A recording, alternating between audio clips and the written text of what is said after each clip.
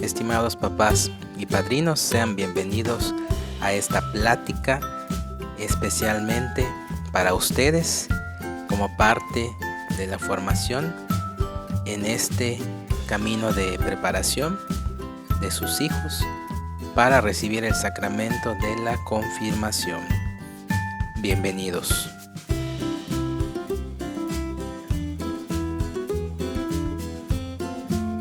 Como primer momento, vamos a realizar nuestra oración inicial. Te invito a que, junto con tus compadres, hagan en voz alta la siguiente oración.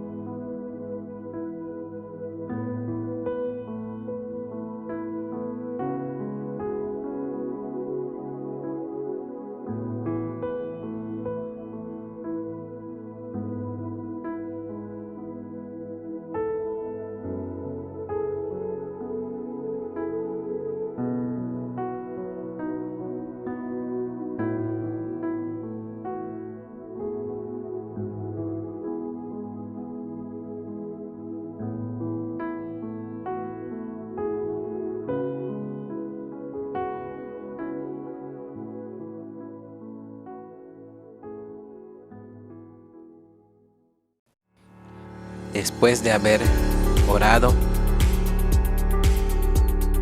por sus hijos, vamos a iniciar con esta breve plática. Y como primer paso vamos a hablar un poco acerca de los sacramentos. Si bien sabemos que son 7 sacramentos y el Catecismo de la Iglesia Católica nos dice que toda la vida litúrgica de la Iglesia gira en torno al sacrificio eucarístico y los sacramentos. Es decir, la Eucaristía es el centro de todos los sacramentos y en torno a él giran los otros 6. Pero ¿cuáles son estos 7 sacramentos? En general, bautismo, confirmación, Eucaristía, penitencia, unción de los enfermos, orden sacerdotal y matrimonio.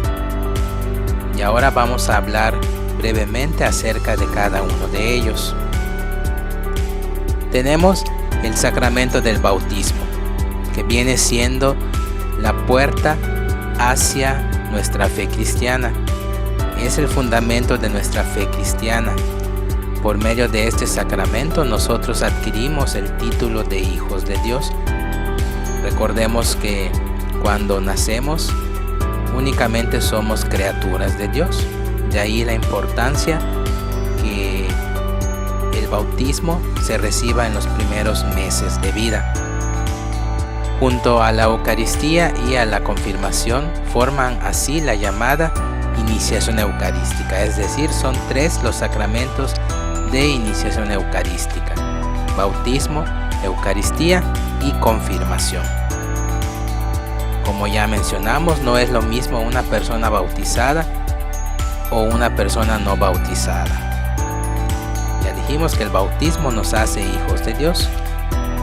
Y con el bautismo también somos inmersos en esa fuente inagotable de vida que es la muerte de Jesús, el más grande acto de amor.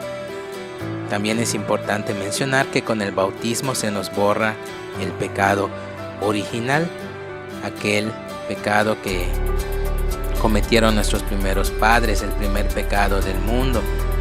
Entonces nosotros nacemos con esa mancha, pero el bautismo nos da la gracia de borrarnos esa mancha y de poder salvarnos y volver a Dios. Tenemos el sacramento de la confirmación.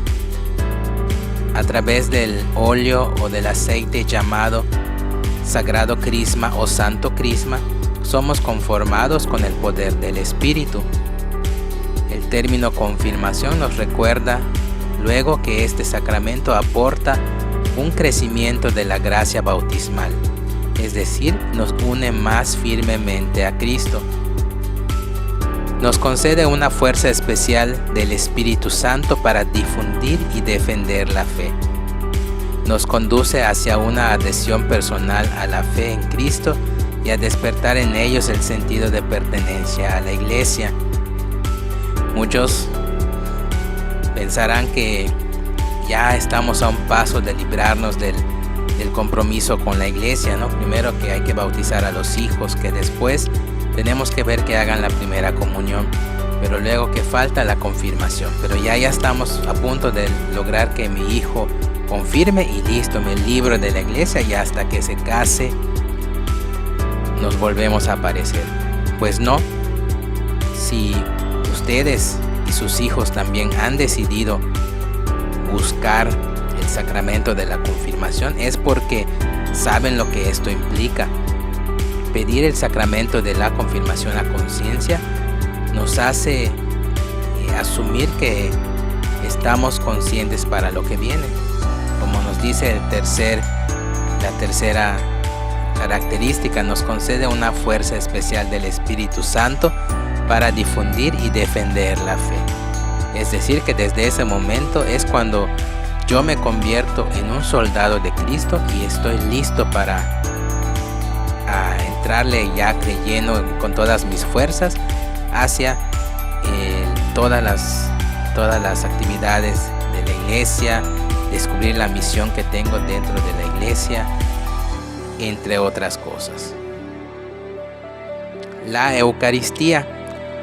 La Eucaristía, si bien ya dijimos que es el centro de todos los sacramentos, pues se sitúa en el corazón de la iniciación cristiana, justamente con el bautismo y la confirmación, y que constituye la fuente de la vida misma de la iglesia.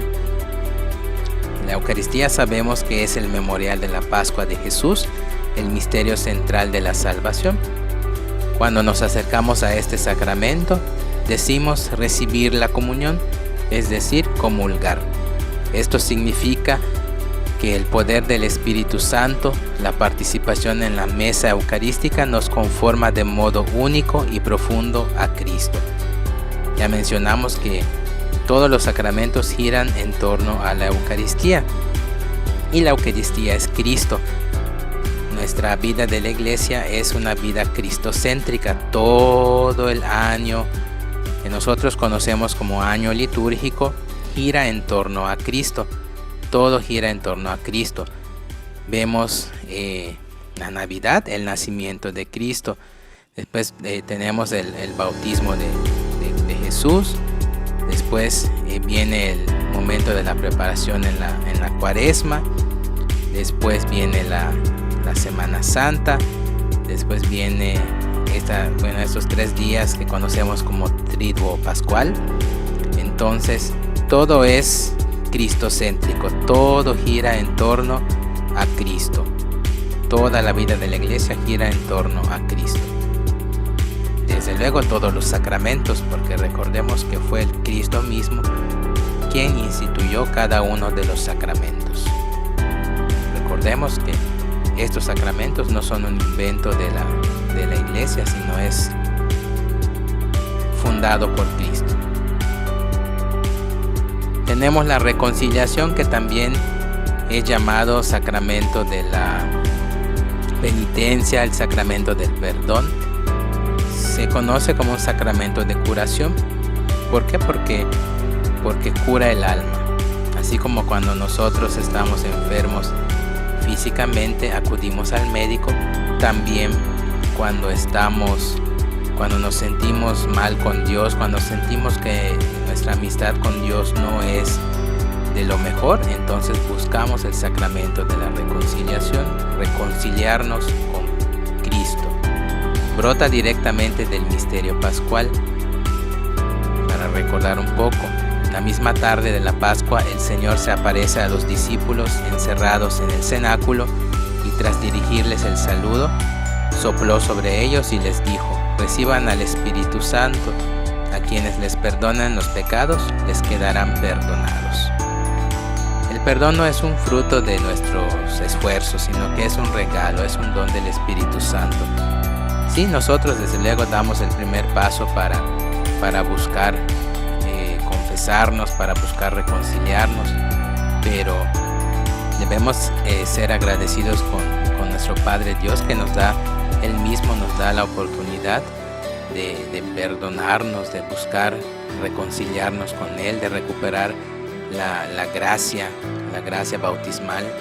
Entonces es importante no dejar de confesarnos al menos una vez al año, buscar ese momento de encuentro entre Dios y yo, donde le pedimos perdón, donde acudimos al sacramento para poder entonces nuevamente recibir la Sagrada Comunión. No dejemos de confesarnos, no tengamos miedo, ¿sí? Desde luego, quizá muchos sentiremos vergüenzas o miedos al momento de confesarnos, pero hay que dar ese paso, hay que ser fuertes y sobre todo saber que Dios nos va a perdonar, que Dios siempre nos va a perdonar. Entonces pues en estos días ya igual ustedes, papás y padrinos, así como sus hijos y ahijados, ya deben estar buscando el sacramento de la confesión. Desde luego si no están en gracia, pero si están comulgando, pues qué bueno, felicidades. Unción de los enfermos también es otro sacramento de curación. Antes se llamaba extrema unción. ¿Por qué? Porque se entendía como un consuelo espiritual en un aparente estado de muerte. Entonces de ahí que ahora muchos cuando escuchamos el sacramento de la unción pensamos que porque ya la persona a la que se le va a dar ese sacramento como que ya está a un paso por la muerte, o muchas veces también nos vamos con la finta de que hasta que esté prácticamente en agonía voy a solicitar la unción, y no, o sea, hay que acudir a este sacramento también. Muy pocos acuden a este sacramento cuando realmente no hay un peligro de muerte, ¿sí? Entonces no sé si me doy a entender. Este sacramento no es buscarlo únicamente cuando hay peligro de muerte, sino también en alguna otra experiencia de enfermedad. Nos ayuda a ampliar la mirada a la experiencia de la enfermedad y del sufrimiento en el horizonte de la misericordia de Dios. Es Jesús mismo quien llega para aliviar al enfermo, para darle fuerza también, para darle esperanza, para ayudarle también y para perdonar los pecados. Todos los sacramentos traen frutos y este también no es la excepción. Al momento de solicitar la unción pueden pasar dos cosas según la voluntad de Dios. Puede que el enfermo sane físicamente, pero si no es la voluntad de Dios, le dará las herramientas al enfermo para llevar su enfermedad con una gran fortaleza. Tenemos el sacramento del orden sacerdotal. Es el sacramento que habilita para el ejercicio del ministerio confiado por el Señor Jesús a los apóstoles. Dentro del orden sacerdotal tenemos 3 grados. El primero es el diaconado, después el presbiterado y por último el episcopado. El sacerdote, el obispo, el diácono debe apacentar el rebaño del Señor con amor. Si no lo hace con amor, pues sí es un buen momento para que el sacerdote se pregunte cómo estoy ejerciendo mi ministerio. Los ministros que son elegidos y consagrados para este servicio pues van prolongando en el tiempo la presencia de Jesús, si lo hacen con el poder del Espíritu Santo, en nombre de Dios y con amor. Tenemos también el sacramento del matrimonio. Al inicio del libro del Génesis, Dios nos deja esta imagen del matrimonio. Dios creó al hombre a su imagen, a imagen de Dios los creó, varón y mujer los creó. Por eso abandonará el varón a su padre y a su madre, y se unirá a su mujer y serán los dos una sola carne. La imagen de Dios es la pareja matrimonial, el hombre y la mujer. El matrimonio es la imagen del amor de Dios por nosotros. Y sí, hay que verlo con esos ojos de fe. Si no hay matrimonio, no hay toda la gracia que todo esto conlleva. El matrimonio, las familias, es de ahí donde surgen las vocaciones. Y de las vocaciones también surgirán sacerdotes, surgirán nuevos matrimonios, surgirán también personas que vivan su soltería también de acuerdo a cómo lo quiere Dios. También surgirán vocaciones religiosas. Es importante orar por todas las vocaciones. Y nada más para ir resaltando un poquito el tema que nos ocupa, que es el sacramento de la confirmación. Es el sacramento que hace completo el bautismo. Si bien sabemos, en el bautismo recibimos una pequeña parte de la gracia del Espíritu Santo, pero es en el sacramento de la confirmación donde ya completamos esta gracia del Espíritu Santo. En la confirmación, el alma de un cristiano bautizado se imprime con un sello permanente que puede recibirse solo una vez. Y esto incluye también la gracia de los dones y de los frutos del Espíritu Santo. Estar confirmado es tomar la responsabilidad individual por la fe. Lo que les decía, si yo he aceptado este sacramento en mi vida y quiero ser confirmado, es porque sé lo que esto implica. ¿Sí? Es decir, que quiero entrar de lleno a las cosas de Dios, a participar en las actividades, a comprometerme más, a lo mejor en el apostolado donde yo quiera entrar. ¿Sí? Es importante ir discerniendo todo lo que conlleva el sacramento de la confirmación. La niñez es el tiempo donde nosotros seguimos lo que nos mandan nuestros padres. Ahí aprendemos y cambiamos nuestras acciones dependiendo de las acciones positivas o el castigo que traen. Ya cuando llegamos a la edad adulta, pues una persona hace lo que es correcto de acuerdo a nuestra propia voluntad. Lo mismo como católicos, la doctrina nos dice que en el sacramento de la confirmación, el mismo Espíritu Santo confirma a los candidatos y les da el mismo don. ¿Sí? El Espíritu Santo nos da la fuerza de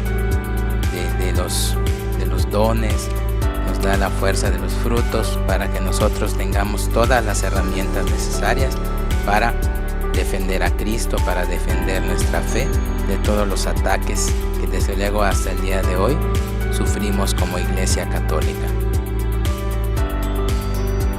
Y ahorita vamos a hablar un poco acerca del padrinazgo. La figura del padrino lo podemos encontrar desde el Antiguo Testamento. Aquí les puse dos ejemplos. Ejemplo de Elí y Samuel. El sacerdote Elí ayuda a Samuel a distinguir la voz de Dios que lo llamaba. A Samuel lo llamaban por una voz. Samuel, Samuel, le decían. Él estaba viviendo con su padrino, el sacerdote Elí, bueno, vamos a llamarle así, su padrino. Obviamente en ese contexto del Antiguo Testamento pues no era su padrino, pero era pues con quien vivía. Y Samuel acudía a Elí y le decía: aquí estoy. Y Elí le decía: pues ve a acostarte. Hasta que el sacerdote comprendió que quien estaba llamando a Samuel era Dios. Y entonces le dijo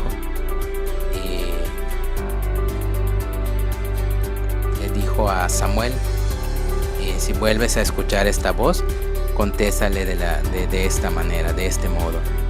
Habla, Señor, que tu siervo te escucha.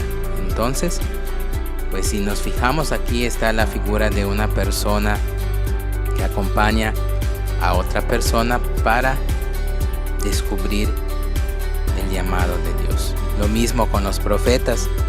Los profetas también constituyen un ejemplo bíblico para la función que desempeñan los padrinos en relación a sus ahijados.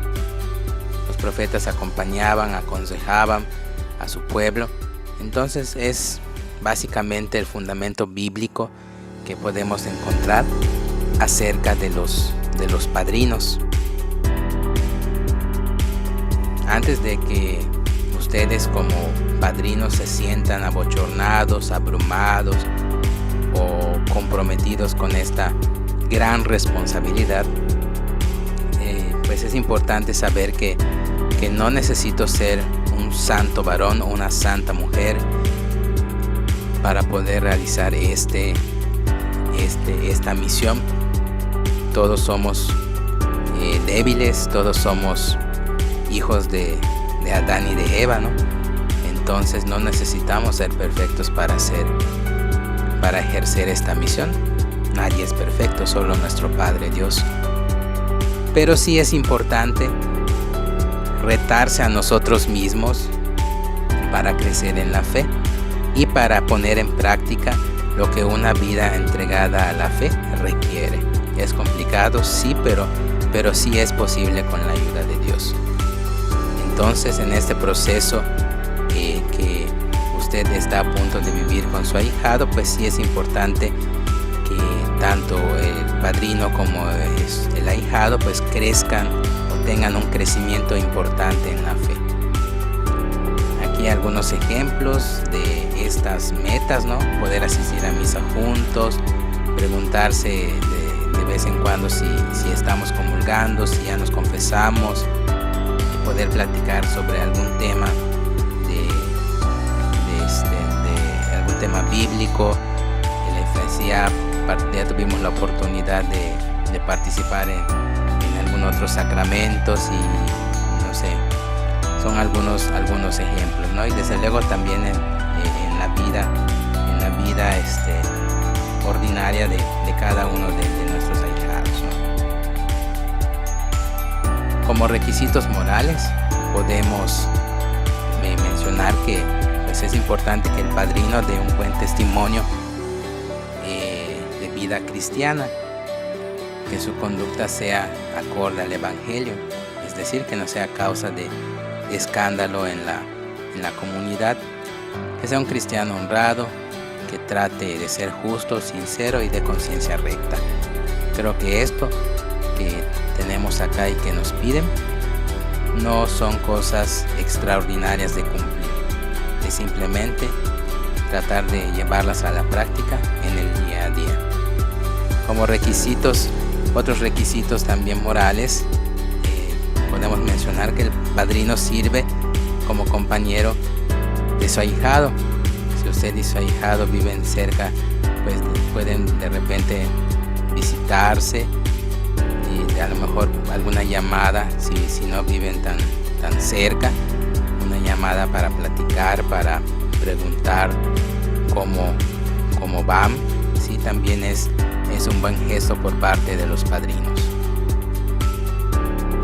Como requisitos espirituales, igual, que seamos personas de fe, tener una íntima relación con Dios, orar, basta con orar todos los días y de ahí poder partir para ir profundizando. Vivir lo que se cree, dar un buen testimonio de vida, percibir a su ahijado como hijo de Dios y desde luego exhortarlo a vivir como hijo de Dios y de ser posible también pues a participar ahí activamente en las diversas actividades a las que nos convoquen.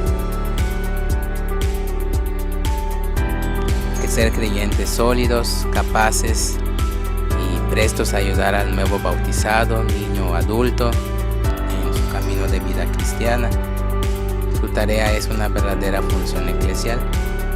Entiéndase, función eclesial como la tarea que solo la puede realizar auténticamente y de manera eficaz un miembro de la comunidad eclesial que participe consciente, activa y fructuosamente de la vida de la asamblea creyente. Es decir, que sea partícipe de manera regular pues a las actividades de la iglesia y pues al menos en la misa dominical que se confiese por lo menos una vez al año, que sea un buen ejemplo para el ahijado.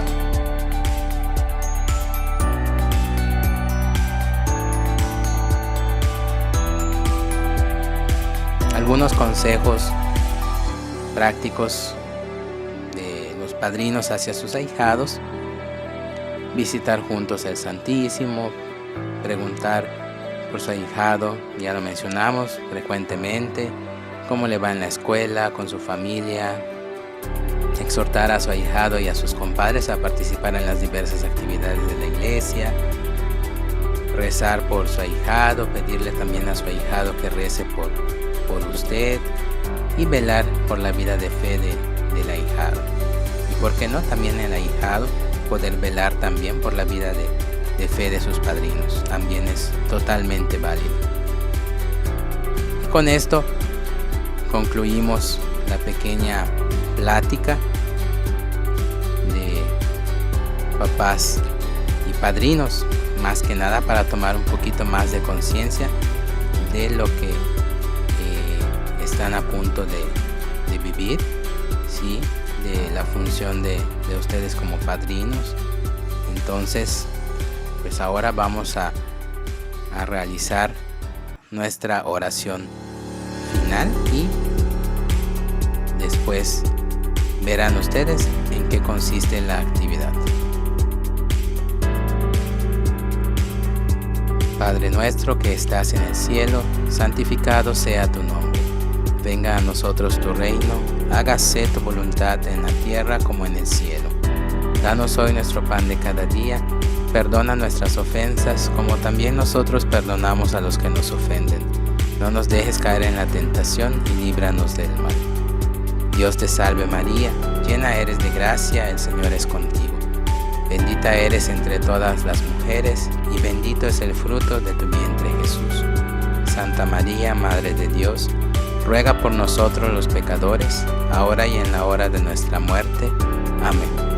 Gloria al Padre, gloria al Hijo y gloria al Espíritu Santo, como era en un principio, ahora y siempre, por los siglos de los siglos. Amén. Muchas gracias, papás y padrinos, por este tiempo que han dedicado para escuchar esta charla.